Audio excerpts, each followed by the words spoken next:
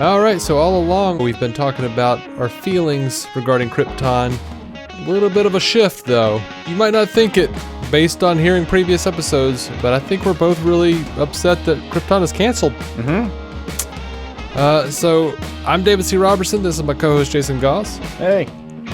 You're listening to DC On Screen, the podcast that covers the DC Comics multiverse on film and television, where we give honest opinions on projects upcoming and past, and believe that every version of a property is valid, even if we really don't want it to be. If it has been released, it is fair game, so beware of spoilers, and welcome to the show.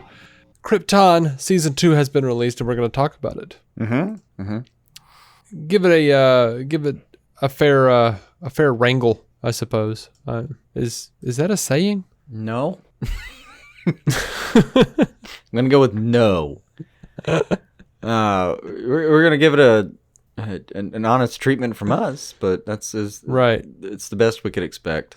Give it a bit of a tough jostle. Well, to address what you were speaking on, we in our previous news episode where we talked about it being canceled, we both kind of had a very blasé, I don't know what they were going to do with it anyway, kind of feel to. I think that's what you would take away from hearing us talk about it, and then that was before we saw the last episode and got a better feel for what they were intending to do with it. Now, that being said, we were also talking about it after that episode had aired, but we hadn't had time to watch it yet. So, right.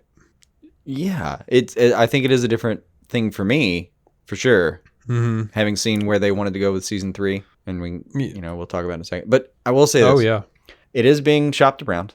I don't know if DC Universe is going to happen because that's going to end up being an HBO kind of property end of the day. I don't think 400,000 is a good enough pitch to go to an HBO Max kind of platform.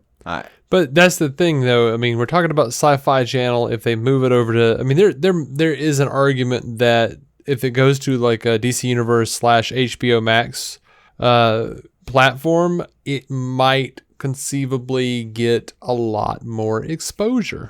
It could. Very little on Syfy gets a ton of exposure, but for instance, Happy was a critically acclaimed show with as much of a viewing audience as Syfy could hope for, and it's done.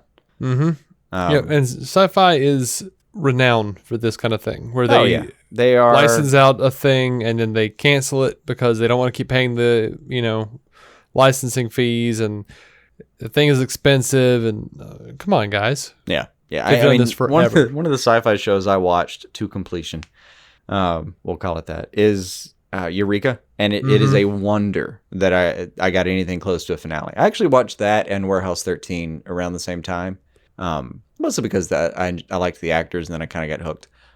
And then they had a crossover that justified both of these interests. But it is a wonder that I got anything close to a conclusion. And I think that's the anomaly. It was getting that payback. It's just. I'll tell you not this. To be expected. Here's okay. There's a writer named Harlan Ellison. You know of him, at the very least. Great writer, bit of an asshole. Absolutely, not even a bit. Total asshole. Loved him to death. Yeah. And he actually stood up and walked out of an interview one time and he told them, if they call me a sci-fi writer, I'm out. This. And they told the newscaster lady, and she said it anyway. She said, "What kind of a weirdo reads sci-fi? Well, we're gonna write sci-fi. We're gonna find out." And we talk. And he was gone by the time she was finished with the sentence. Yeah, I feel like that mentality. I loved that though, because it wasn't like he was addressing a thing that might I'm gonna go ahead and call it a sci-fi fan. To someone who's happy with that genre and doesn't mind the name, that would be a thing that he was being kind of bitchy about. Like, no, we're going to call it's speculative fiction. That's what it should be called, and that is what I'm going to stand by, and I'm going to die on that hill. Like, that could seem pedantic, even in that field. And that was a much different time. Sci-fi was looked down upon a lot more than it is today. But if you were already a sci-fi fan, even among that group, you might have thought speculative fiction, come on, man. She's a cash doing an interview. Like, don't worry about it. But here's then, she was so condescending that he should have walked out. Yeah, here's my point. I feel like the marketing team at Syfy Channel are exactly the type of people who think that sci-fi is for a bunch of weirdos. Because when I see the commercials for sci-fi shows for their original content, I don't know what the hell they're showing me. And I am a sci-fi fan. It's most of what we peddle in some capacity or the other, yeah. It's like, oh, here's a picture of space. There's a guy screaming. There's like a semi-hot chick, and we don't know what her deal is, but she seems kind of dangerous. But a couple times in the trailer, she looks a little afraid. Like, oh, yeah. Well, I don't know what the hell. Some part of her has an unnatural coloring that cannot be found. There's like an orange or a blue or a deep, ridiculous neon red or something. Yeah, somewhere on her person. There's a space helmet, or maybe it's an environmental suit. I don't know what the hell it is. I don't know. I don't know what the hell is going on. Like, all we know for sure was it was a borrowed prop from another property. Yeah, they don't in any way really market story, characters. There's just like, hey, look at this weird shit we've got. You like that, right? You're a sci-fi guy. I'll give it this though. I agree generally with your take on it. I think the Krypton season 1 trailer fits that take pretty precisely. Mm-hmm. I feel like the Krypton season 2 trailer, they actually did have a story they were trying to tell us about. I don't know about all that. Yeah, I think so. I haven't gone back and watched it in a minute, but I think so. Like, I think they were trying to make a character study of these people a little bit. I definitely think that's where season 2 got us. But, and by the way, just a side note, a side bet I want to place. Mm-hmm. What I was saying before, HBO Max is, I think, too big a name for it to land there. I honestly think the best possible hope for something like this show, maybe CW Seed. Oh God, I hope not. Oh, I know. And I agree, but it also may be true. I don't think they would pick it up to produce more. Let's put it this way: 400,000 viewers, even on the CW, is not enough. No, but you're not going to make it to network television again. I don't think. There's honestly a chance in hell, but here, let me put it this way. There's a chance in hell, but only if they grabbed Cameron Cuff right the fuck now, throw him in Vancouver for a couple of side shots, and build Krypton into the Arrowverse somehow, and then spin it out of that. I think the best thing we could hope for is no way a limited series on HBO Max or DC Universe. Maybe a limited series to wrap it the hell up. Maybe, but I don't think that's gonna happen. I don't think DC Universe or HBO Max is going to pick it up. I know. And I think those are going to be more one and the same going forward. So that does tend to be your default position. That it's not going to happen. Oh, yeah. Snyder Cut, not going to happen. Professor fucking Wet Blanket, for sure. Krypton Season 3, not going to happen. Yeah. No, that is my take on it. No, it's not going to happen. Well, I have one thing to say to you, sir. Young Justice Outsiders. Yeah, which had a bigger following and is, by the way, doing great. I don't know about their viewer numbers because they don't release those. But yeah. The show itself is doing great. All right. So let's actually talk about the show here a little bit. So although I liked a lot of elements of the first few episodes, namely Lobo. Mm-hmm. Yeah. And, Adam is always a lot of fun. I was happy to see Segel. I really liked their take on the Phantom Zone. Yeah. Visually, it was super interesting. Yeah, I really like the concept that the Phantom Zone is sort of tied in with like all space and time. Yeah, this kind of like multiversal nightmare zone. Mm-hmm. We never quite know what's actually happening at any given time, which kind of made sense. The way they built it in was somebody like Brainiac could maybe sort through even that much data and find a way. Mm-hmm. And there's even that. Cool. Did you recognize that like bit? I think it was in the finale where or was it either in the finale or the penultimate episode where Zod is strangling Elida, and he kind of hears Seg's voice, and he like looks back over his shoulder, and that was the exact scene that Seg sees in the Phantom Zone of Zod strangling his mother.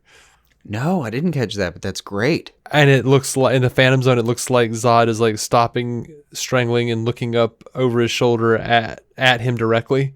Yeah, they did it. That's awesome. Yeah. Good job, guys. I was really pleased with that. Oh, yeah. That's solid. So, yeah, I think even though I loved Lobo, the show was kind of really slow for me and was not really doing it for me. And it was funny because I was sitting on my phone on the couch, had Krypton playing. and I'm talking to Brent from Fans Without Borders through Messenger on Facebook. And I'm just telling him, like, yeah, I'm just not digging it. I don't know. It might be a me problem. It's just, maybe it's the pacing and whatever. And then I look up and freaking Jaxer slits Lyta's throat. And I'm like, now we're doing something. On the other hand, they just blew me away and I want to watch the next episode. He's like, yeah, that happens. Yeah, I agree. No, they it was our only real problem with the show in season 1 was that it was just paced a little slow, and it was gorgeous. It is a cinematographically I don't know. The show looks fantastic. Show's pretty, and I was really happy with a lot of what I was saying. Like even the story as it developed over season 1, we were really happy with it. It just seemed like it developed very slowly, and we could have gone without that. Now, going back to it in season 2, they kind of I want to say it's a quick start because you have a lot of Brainiac up front, which was very distracting. Like that's a super engulfing concept, and I did love the Brainy Sagel. I like that. That was fantastic. Their relationship was great, and especially how Lopa describes it later. Oh, getting inside you, a little cheeky, but I fucking loved all that. But it seemed to slow roll a little bit, just like season 1. But then once it got to a point, and that was actually a pretty good indicator of when you should have started really paying attention, was the moment that jugular started spilling. Fucking shit went fast, and it went big. It did. It was a lot of fun. It did. To be clear though, loved all of Lobo. Oh my gosh. Like, and one of the worst things about this cancellation deal is they've also put the kibosh on his spinoff series, which I was so excited about. Yeah. Which hopefully, which they say is being shopped around. So look, fingers crossed. I'm just saying none of the petitions have ever mattered. Feel free. It won't do anything but clog up your email feed when change.org sends you another series of petitions that you might care about. Feel free. It's not going to cost anything. Go for it. It'll add a number. Maybe someone will care. I have no reason to think anyone has yet before, but maybe. There's a lot of fan backlash from the I guess 400,000 people that were watching. Yeah. In all fairness, those are, they're Nielsen numbers, but as we discussed before, like it's not the 400,000 wasn't the streaming +7 or the airing +7 numbers, which they didn't care about because they don't really have the re-air rights like they want. So they needed the 24-hour numbers. Yep. And they didn't have them. It's a hard sell, dude. It's a hard sell. I don't think it's gonna make it back. We'll see. And I hope, but I don't have a lot of hope for it. I don't either. And it was a lot of actors and actresses that I don't really know them from Adam, so to speak. But I don't. But they were really good. It was the acting on this show was pretty fantastic. I feel like these are people that are going to be employed now that contract's up. They're going to be doing something else, and it's going to be really hard to get the gang back together. So yeah. Well, since we caught up, my wife and I decided to go ahead and finish up Broadchurch, and we hit series 3, and on the police force, we're like, where do we know this girl from? There's this girl here, and it's Lyta. It's Lyta's aunt. With that same light British accent. Yeah. Oh, she's doing a good job. I don't know where that accent's from. Maybe London. I don't know. But yeah, man. Now, what did you think about the turn though? That it wasn't actually Lyta. Oh, I loved it. I was really happy with it because the whole time, like post slitting, I was sitting here going, okay, look, we got a slow burn Superman cape disintegration in season 1. Right. I better start seeing General Zod disintegrate. Like kind of not. They did a really good job of in season 1 making the stakes be Superman. And Adam Strange is the entire time he's the klaxon call, man. He's fucking the entire time. You hear Adam Strange just saying, "You don't understand. If all of this doesn't go right, we don't get Superman. And if we don't get Superman, we're all fucked to the 4th power, man. It's over. So we've got to have him." And so you had it was Clarion call. Anyway, you had him the whole time piping in that, and like why we cared initially when somebody announced, "Oh, there's going to be a Krypton series." Like, "Oh, okay, great. What are you going to do?" "Oh, it's going to be the story of how blah blah blah blah blah blah blah." Then Superman. "Oh, okay. And then they did a character piece and made us care about the characters a little bit, and that helped. But originally you had Adam Strange actually pitching in with the whole he was the reason the cape mattered, and then the cape didn't matter, and then they move on to season 2, and they've done something entirely different. Like, it was short of him, very little concern about Kal-El. It was over. Yeah. But we cared about the actual story, which mattered more. Right. But, I'm saying, though, if we're seeing a disintegrating Superman cape because history is being changed, then if Zod's mother gets killed, I better start seeing his ass disintegrate. Oh, yeah. So they also played it really close about how you got Zod with his mom and grandmother in play, which it's tough to do time-wise. But they only had real stakes on stuff that was kind of like long-term. So short-term, they didn't, something didn't happen and somebody didn't exist. Like, that's a way they could have done it. Like McFly's arm disappearing in the photo kind of thing. Yeah, I think that's what I wanted to see. Like, like Zod kind of start moving his hand around, like, burns, and like looks down. But of course, it doesn't happen because she's not really gone. That was a clone. It was, and there were two possibilities when Jack Sir killed her. One option was, holy shit, this show's going to take some chances and really fucking kill one of the people guiding the story, like number 2, really, as far as agency in the story goes. The other option was, well, it's a comic book thing, and we're going to find a way to make that make sense.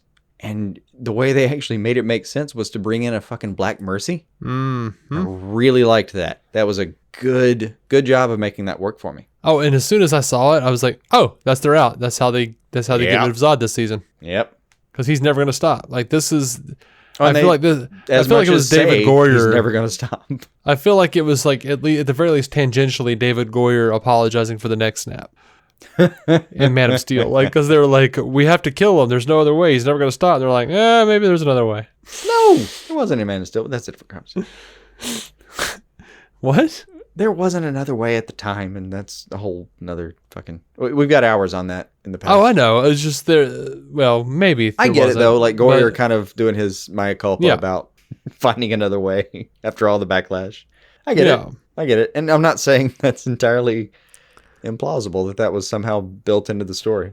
If you really want my honest opinion, I don't really think David Goyer had anything to do with it. I just think it's funny that his name is in the credits, really.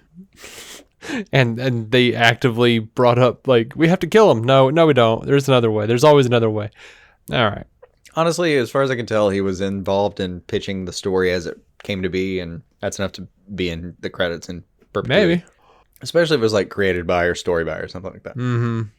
All right, so... Wait, speaking of Black Mercy, fucking Doomsday. That episode? Yes. Fuck. That was good. That was really, really good. The most I've ever liked or cared about Doomsday. Easily.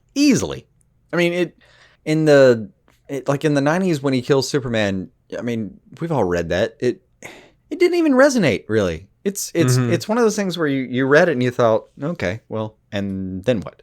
He's just this bludgeon from the skies that comes in, and he's actually strong enough to finally kill Superman. I mean, he dies doing it, but he's finally that strong. And that's the whole mythos of the character is he's so strong he can actually take him.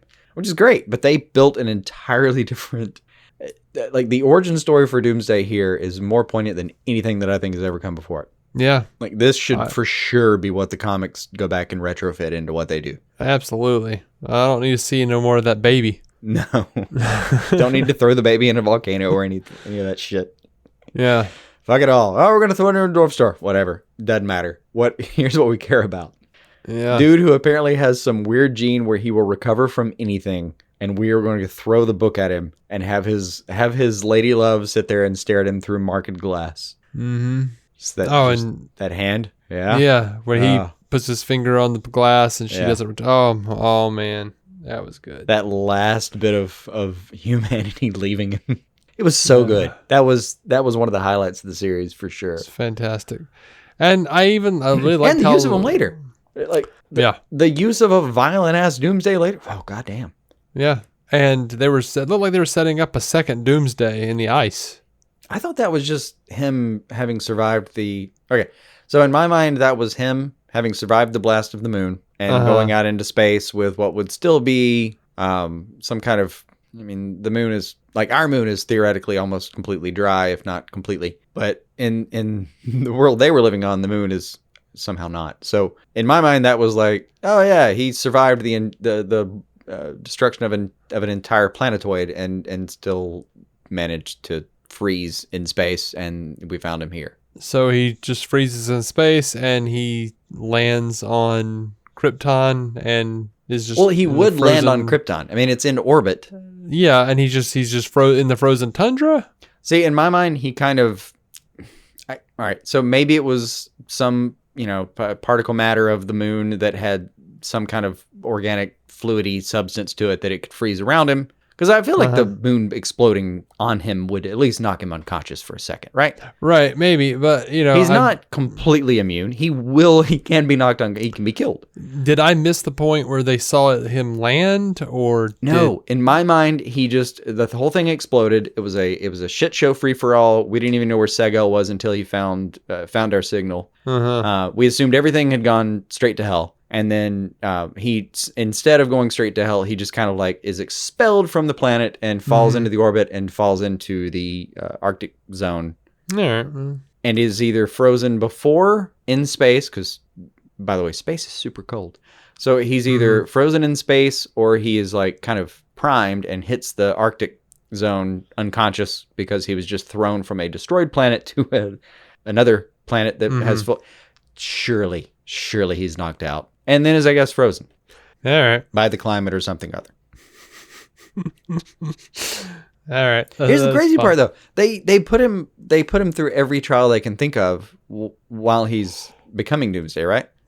I guess so. Can you freeze him? Will that actually put him on in stasis, or can you just? Yeah, I would think so. You would think, but he's saying like he made his way through fire. Yeah, but it wouldn't kill him. It would just freeze him. Well, the fire did kill him in the trials. Yeah, it did. I guess the freezing him probably did kill him. I liked how it was Zod who had the humanity and the House of El who was sort of like coldly carrying on with the experiments. Yeah, that was a good switcheroo. In the name of science and so on. Mm-hmm. That was a good switcheroo. I enjoyed it. Good piece of lore. I really liked how Val had to step up and take Jaxer down after she slit Nyssa's throat on broadcast. That was a great speech. Yeah, that was well delivered done. from handcuffs. Yeah, it was a great moment in the show there. Him turning the tide, that was solid. I've really been rooting for him throughout the show. He's a really good embodiment of a lot of the things that we like about Superman. Apparently got from his great grando. Oh yeah, and then to have to make the decision about whether or not he's going to turn her over. Mm-hmm. Oh, that was solid. And the decision about what to blow up and that going wrong. Like there was a lot with him that was. I was fine with him blowing up the space elevator. I hated that name. I thought it was the dumbest sounding thing ever. And then I was equally horrified to find out that we actually have a thing that they're working on that they are calling in real life space elevator. Oh yeah, that's been around for years. I plead to the heavens. Yeah. Let us not go down this path. Yeah, it was supposed to be a way to not get into deep space, but just to get into orbit. Mm-hmm. Yeah, that's been in theory around for a minute. I mean, I'm fine with the theory, but do we have to call it that? That's my problem. I mean, I don't know what the alternative is. It's like a lot of things that were developed at a certain stage where if you put space in front of it, it was awesome. Yeah. Like the Jetsons era style thinking. It's a space fork. What does it do? It's a zero gravity fork. You off can the top stab of my something head. from any angle. Oh, like a fork. Yeah. Off the top of my head, Starlift. Starlift. But it can't go to any star, David. I know. It just can't do that. I know. It's not to the stars at all. Well, any elevator is a space elevator because it exists in space. You can't say like Stargaze lift because that brings to mind emo indie fans and they're going to be staring at their navel the entire time. Mm-hmm. It's just a lift you get on when you're slightly blasé. Oh, man. I can name a few bands. I'm a Deer Hunter Portishead fan myself. But it's those first few chords from a Sunny Day Real Estate song. Yeah. Or if you remember House, Massive Attack Teardrop. There's yeah. Mm-hmm. Mm-hmm. Little Mazzy Star. What do you even call it to improve upon that? You can't be Starlift. Space Lift? Space Lift even sounds better than Space Elevator. Yeah. Because the word elevator sounds super impotent when you really... Yeah. Well, when you say space before anything, it sounds super like 50s, like super bad. You need to 50s really sci-fi. sell the second word at this point. Yeah, in our culture. And then to say elevator, it's just like, well, shit. Well, I mean, elevator used to be. I mean, first of all, it was a hilariously risque concept when it first came out. Not the least, it had a lot of problems. First of all, people dying, and second, there was a lot of social mores, especially among this was like 150, 200 years ago. So it was still like there were a lot of social mores that were more like the mores of royalty. Like there were a lot of hell. There were conversations about in an elevator. Should men take off their hat because is it a room or is it a service? Oh. That was a conversation that was editorially exclamation points at the end of editorials and headlines. People like going out of their way to find a problem. Oh no, not even going out of the way. This was a real problem for them because at the time you were supposed to wear a hat. You were wearing a hat because it was part of the business. It was part of the suit. It's part of the attire. So you go into a place and it has an elevator and you think, okay, well, I guess I'll try this. You get into the elevator. It feels like a room. There's literally a guy sitting there whose job is to run the elevator. Like he pulls the chain at some point. And then even later, there was a period afterward where his job on the elevator was just to press the button. And then after a while, we were like, go fuck yourself. And that was a whole problem because there were just hundreds of thousands of jobs that were suddenly not available because we're like, no, we have a push button. I seem to recall between the push button and the chain, there was a lever. There was a lever situation. I think that was brief. I don't remember. But you had like there was a whole period where at first it was like, okay, so I've entered a room with a lady. I can't don my hat anymore, and then I've got to, do I have to take the hat off? And again, people writing insidious fucking articles about why should you take your hat off? We're just in a service. We might as well be in a set of stairs that just happens to go up. We're just elevating. It's an elevator. Which sounded awesome at the time. Elevator. I mean, like it's like how cool did Terminator sound when we were 9? Pretty rad. Yeah. To use the terminology of the day. Yeah. But yeah, it was all right. So long story short, space elevator has no ring, given the current climate. We've devoted far too much time. Super lame compared. Now, blowing up a space elevator still sounds pretty cool. Yeah. I don't know what you call it though. Space elevator, space lift, blah blah blah blah blah. I don't know, man. Orbit door? I don't know. Yeah. Orbital plane. Yeah. It really does. It just feels like they ran out. They couldn't figure out what to call it. So you have these Kryptonians, very British Kryptonians, and they're British. That's the thing. They're British. Call it a space lift. Do British people even say elevator? No. Of course not. Maybe. I think they do call it. Well, no. What is a lift? No, it is that. Yeah, I think it's mostly British. Hey, I don't mind when shows decide that people are British. That's default. I don't really care. It makes as much sense as like if you were an alien coming to this planet and you landed anywhere, you'd be like, oh, that makes sense for those words, and you wouldn't know what an accent was until you traveled. Sure. If it was just like rolling a Dungeons and Dragons fucking die, yeah, 19 British. Sure, great. Yeah. I don't have a problem with that.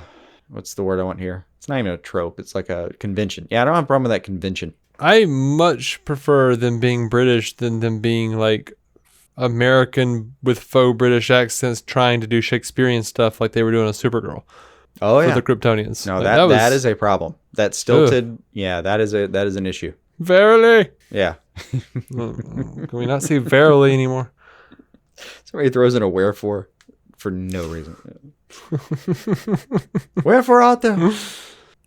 You mean where is he? Yeah, because that's not what that means. Oh man, what else, man? Oh, dude, how creepy was it when like I really liked their arc, Janazad and Devim's arc. I really like how they like wound up teaming up together.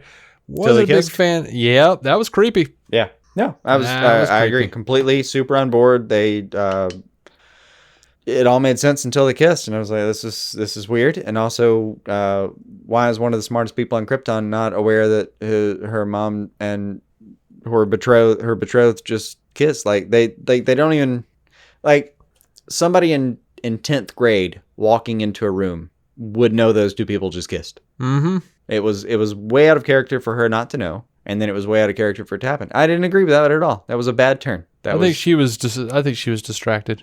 She was a little bit distracted, but she comes in and precisely describes the situation she's just seen. Mm-hmm. Now, granted, the situation was, by the way, I hate to bother you, but did the moon just explode?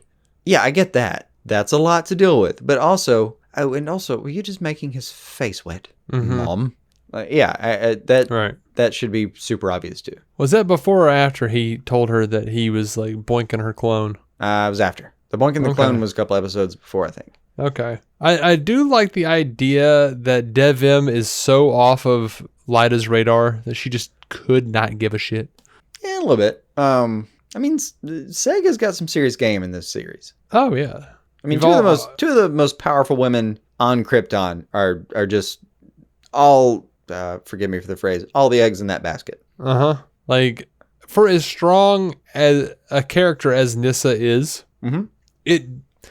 that's where it falls off for me, that she continues to, like, pine over Seg. I'll give her this, though. Think about it. They do have a son. They have a son, and that does have some weight. But she's also a strong enough character that if she was like, dude, I really don't need you, I'd be like, yeah, you go, girl. You don't need to knock it out. I mean, she's one of the most badass fighters in this fucking universe. Oh, she is. Dude, that like tracking shot of her fighting. Oh, fucking. Yeah, on that was moon great. Was just... Even before that, when she gets cornered, when she realizes she's being betrayed by Zod, and she just neck shanks a couple trained soldiers. I hear what you're saying, and also knife to the neck. Counter. Yeah, that scene... You bleed out. That scene shifted me from thinking of her as that girl who kind of looks like Keira Knightley to that hot ass girl. Got the damn factor out of you. I get it. That scene ignited my damn. I'll give her this and think about it. Mm-hmm. What else does she have? Now, granted, for her, the entirety of Krypton is at her disposal, I guess, in a way. But what the show, shows us, not much. Really not much. Like for her and her circle, her dad's a piece of shit. Mm-hmm. A lot of the other people who've ever come in contact with her were either trying to use her to some extent or were well below her station mentally. Right. Seg-El is about the only person that she meets in this show that is anything worth a damn. Really. Yeah. I did like her line where she was talking about like the way he talks about Lyda, and then he's like, she's afraid that he is her Lyda. Yeah. That was a good line. Lyda's his one true love. She was worried that, he is hers. You're mine. Oh, don't say anything. I shouldn't even said it.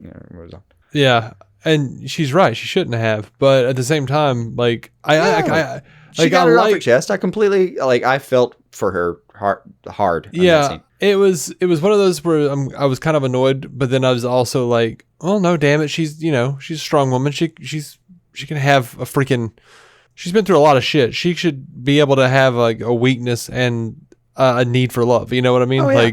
No, she's completely allowed to have moments like that. And think about how strong this is to have said that, and then almost without breath, to have said, and I shouldn't have said that, and then just demand that he says nothing about it and move on with your day, which she fucking does. Mm-hmm. She's a therapist's nightmare because she moved through all of that by herself. And I'll be honest, I was perturbed because it felt like in this season we didn't get any more of her like really exploring what it means to be who she is, based on the revelation from last season that she was basically just a clone of herself. Right.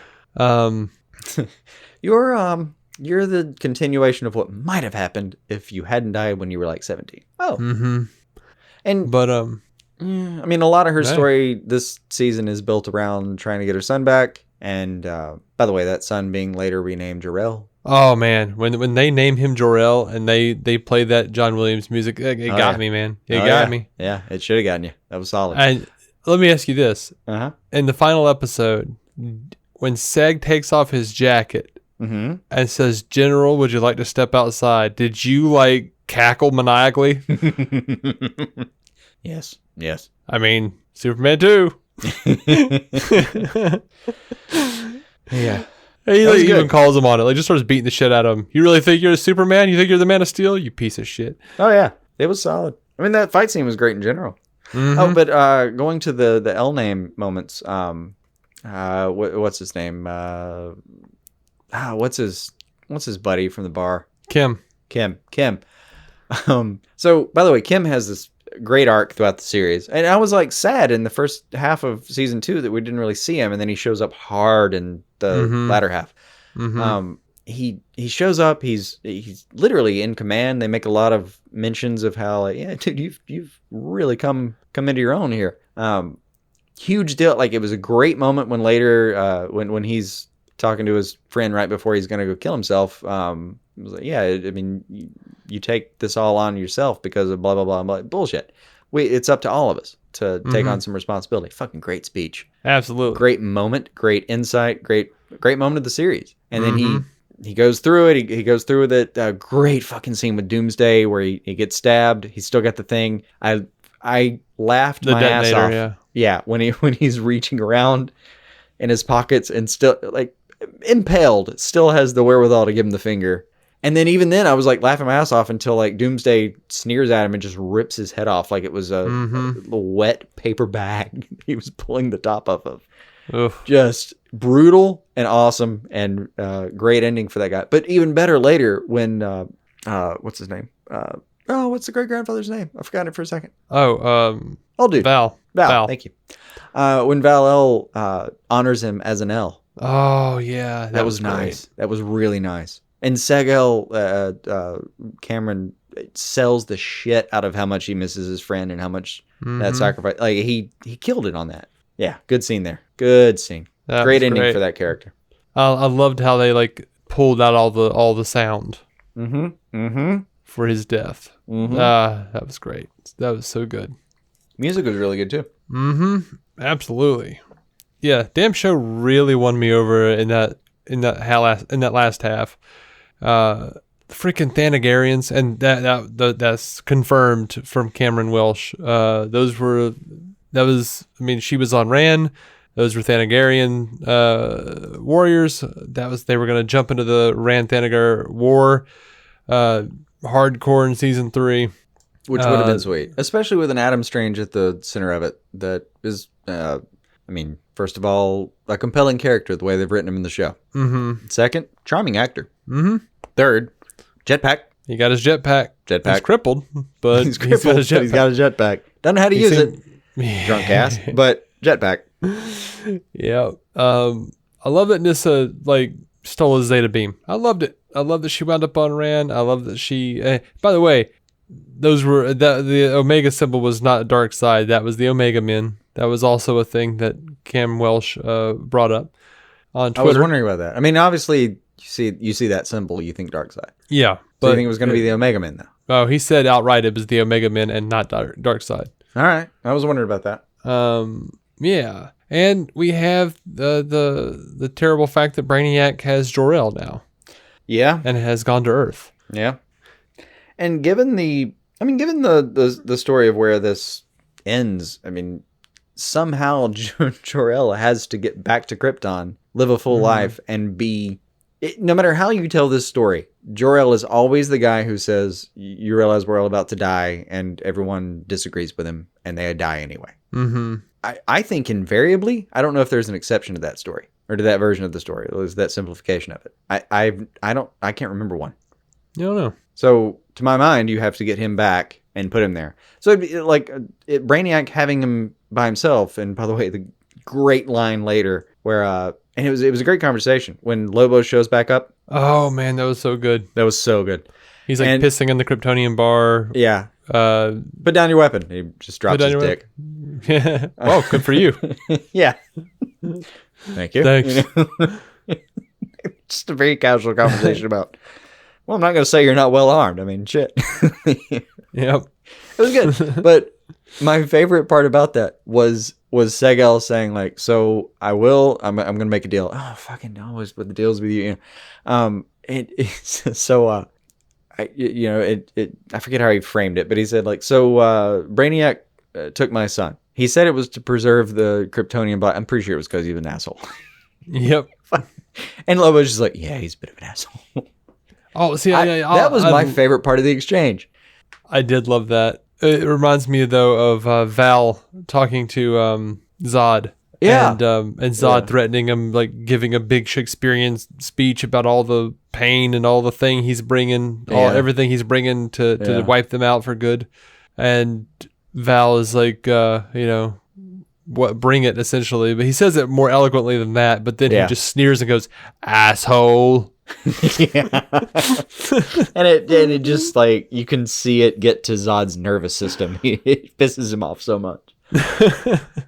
One of my favorite lines between those two was at some point after the space elevator goes up and they still a Sagittarius ship to abscond, I guess, with as many of themselves as they could.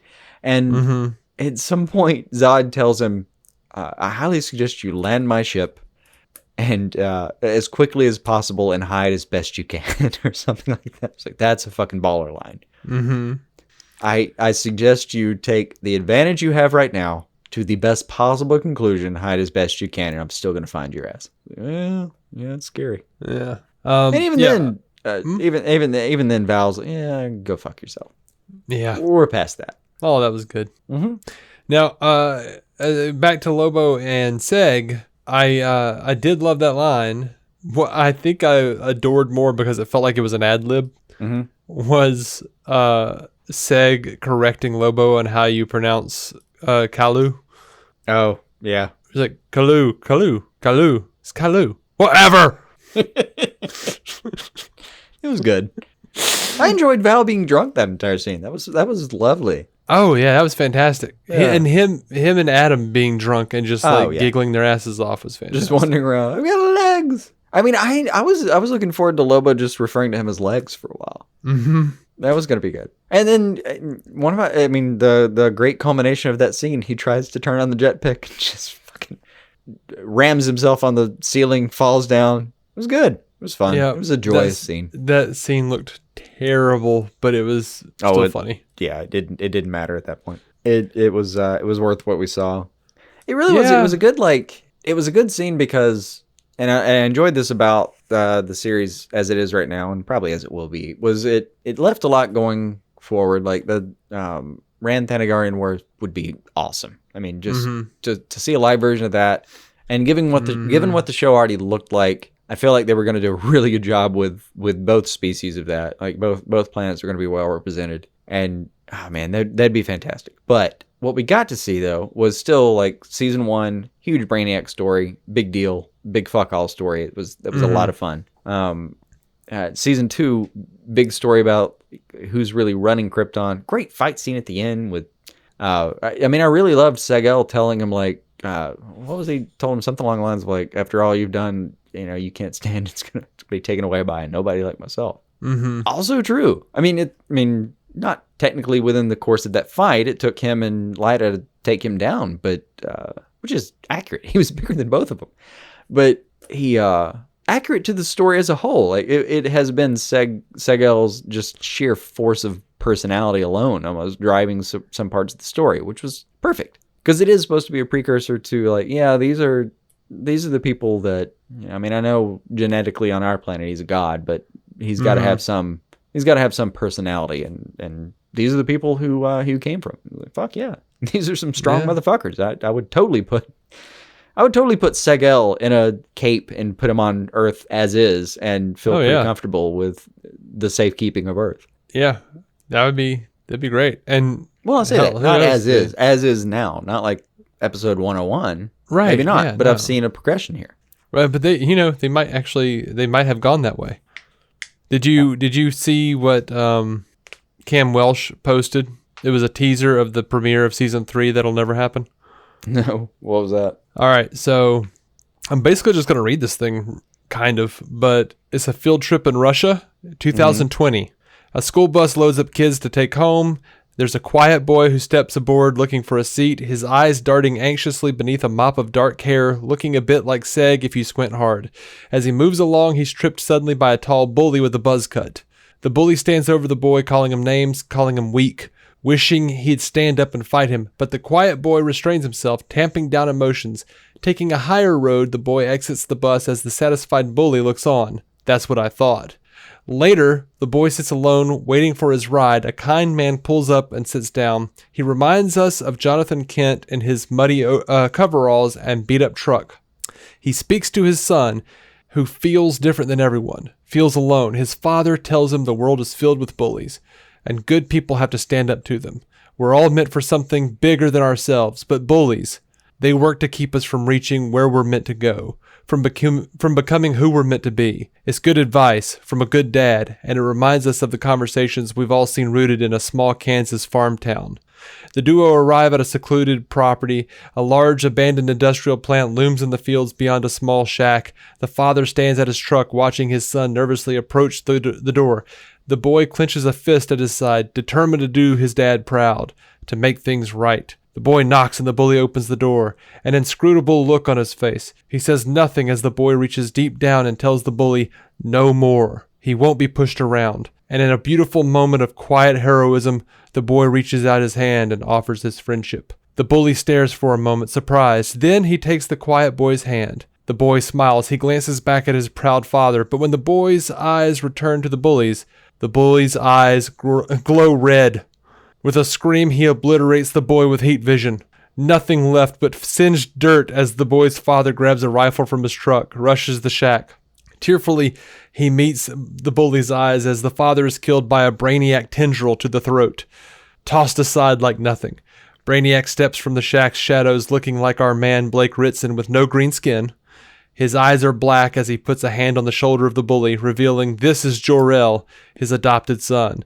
Jor apologizes, conflicted over what he's done, but Brainiac tells him to never apologize for the power he possesses. Strength is a virtue necessary to survival. Jor is meant for something bigger, and as the boy hugs Brainiac, we hear Jor utter 4 chilling words. I love you, Dad. How much do you want to see season 3 now? Yeah, that's solid. Whole sub-story of... it wouldn't even be completely a sub-story. Well, it would, because we're going to do Rand Thanagarian on one end of it, and there would be an entire subplot of Brainiac with Jor-El.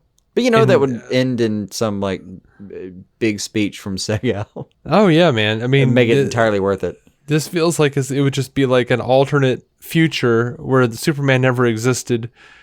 We would probably get an idea of if Justice League is there is vastly different. It sounded like a little bit, if you rebuilt it that way, you would be able to do a version where Jor-El is actually raised on Earth. Mm-hmm. Or at least under a yellow sun and knows the power that can wield and is able to understand what he's possibly subjecting his child to when, again, one of the unchanging parts of the Superman story is the jettisoning to Earth under the most explosive of circumstances. So you get a guy, though, that's not just jettisoning him to, like, no, this is a new hope. They'll try to kill him. How? That kind of thing. Mm-hmm. It'll be more, no, I know how this is going to work out, and I'm going to have faith in his personality, but I know what he's going to be capable of over here. And then you can get to, like, well, he won't be one of them. They'll try to kill him. How? Yeah. They won't be able to. Don't worry about it. He'll be safe. Now, how many people are safe on top of that? I don't know. It could be Superman. It could be Homelander.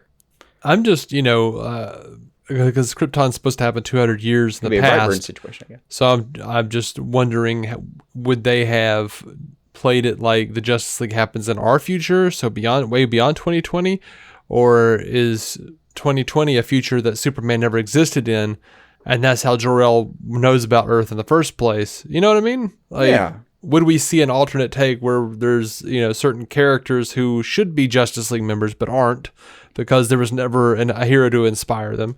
Or will we see like a sort of a Justice League, the Nail type of situation where, yeah, they're there, but shit ain't right. Not the same at all. Anyway. Yeah, I mean, maybe a pre. I mean, and it would be historically accurate. Like, Superman was not originally a Justice League member. That's right. it would make a ton of sense if there was a version before, and it would make a lot of sense if there was a version that wasn't quite functional before. Because, I mean, let's face it. The Avengers did too. Like, these team ups went through a lot of iterations before they're like, no, we've got a formula that works here. We're gonna use these 6 men and women, and this is a pretty solid team. We got this. From a writing standpoint, there's a lot we can do with it. Don't worry about it.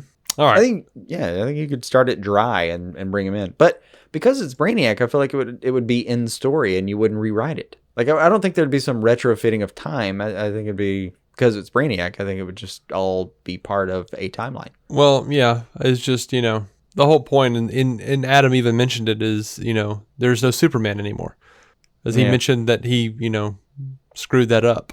He did. But you could have built into this in season 3. I have no reason to think that Brainiac wouldn't prefer Superman be there. Toward that. I think they would have brought Seg-El into the alternate 2020 totally as a Superman stand-in to fight Brainiac. Absolutely. Probably. Yeah. They've already toyed with him having superpowers when he was half Brainiac. Yeah. I completely agree. All right. Do you have anything else? God, I don't think so. I mean, I hope we talk about this later. It's some Krypton season 3 wrap up on whatever fucking streaming service. Yeah. I hope verily. And I would have said that 5 episodes ago, but damn, did they turn it around. Yeah. It's always been, at its worst, the show's been okay. I mean, it's never been bad. I wouldn't say it was ever been, truly bad. No. No, it was at its worst, it was kind of a shrug. And any show can have episodes like that. And we're only really talking about 20 episodes. Yeah, I do think they had the writing team on this show has a problem building up. Once they get where they're going, building to things and just do stuff. Yeah, once they get there, it's fucking great. But yeah, it does take them a minute to get there. In a 10-episode season, I don't want to see 5 episodes of you warming up. I want to see you hit the ball. No, you've got 2. Take a swing. Take a swing. Yeah. I mean, Lobo was fun, but take another swing. There was a really good Lobo palate cleanser. It was a great bloomin' onion, and then it was a minute before we got the baby back ribs. All right, and once we got those baby back ribs, we pulled the baby back ribs up, and there was pulled pork underneath, and it was fantastic. Yeah. Is our order still coming? Because it was all covered in coleslaw. We've been here a minute. Bloomin' onion's a little bit cold at this point. We gotta stop nibbling on it. All right, we gotta stop. I'm hungry. Yeah. Stop talking about bloomin' onions, ribs and shit. All right. All right. Well, I'm going to get carnitas now. All right. Thank you everybody for listening. Patrons, people who support us, everybody. We'll be back with news at some point soon. Until then, keep some DC on your screen. It was a weird whimper of an ending. It was. I like it. Kind of like Krypton season 2. Wow. The wound is still fresh, man. Yeah. A big old... Oh, you should see the people on TV time that are like, oh my God, this ending is fantastic. This is great. I'm looking forward to season 3. And then just the first comment, yeah, go fuck yourself. That's not happening. Oh. Yeah. I wanted to see Sardath. No, don't blame me. It was going to be a good time. Good time. Don't stop me. Don't stop me. Yeah. Our intro music is by Jason Goss and Michael Shackelford. Michael's band, Galactic Engineers of Magnetic Sounds, or GEMS, can be found on SoundCloud and Bandcamp. Visit DCOnScreen.com to find our Patreon, merch, contact information, and every episode of the show for free, including crossovers we've done with other podcasts. DC On Screen is a maladjusted production. For more from me and Jason, including sketch comedy, vlogs, parodies, and our improvised web series Hey Guy, visit maladjusted.tv.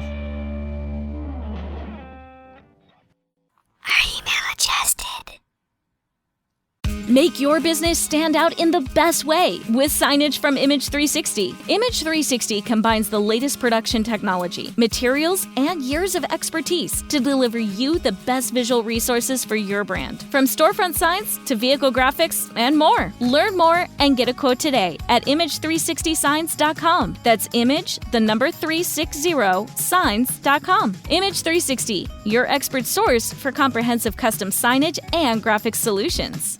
For the ones who get it done, the most important part is the one you need now. And the best partner is the one who can deliver. That's why millions of maintenance and repair pros trust Grainger, Because we have professional-grade supplies for every industry, even hard-to-find products. And we have same-day pickup and next-day delivery on most orders. But most importantly, we have an unwavering commitment to help keep you up and running. Call, click Grainger.com, or just stop by. Grainger, for the ones who get it done.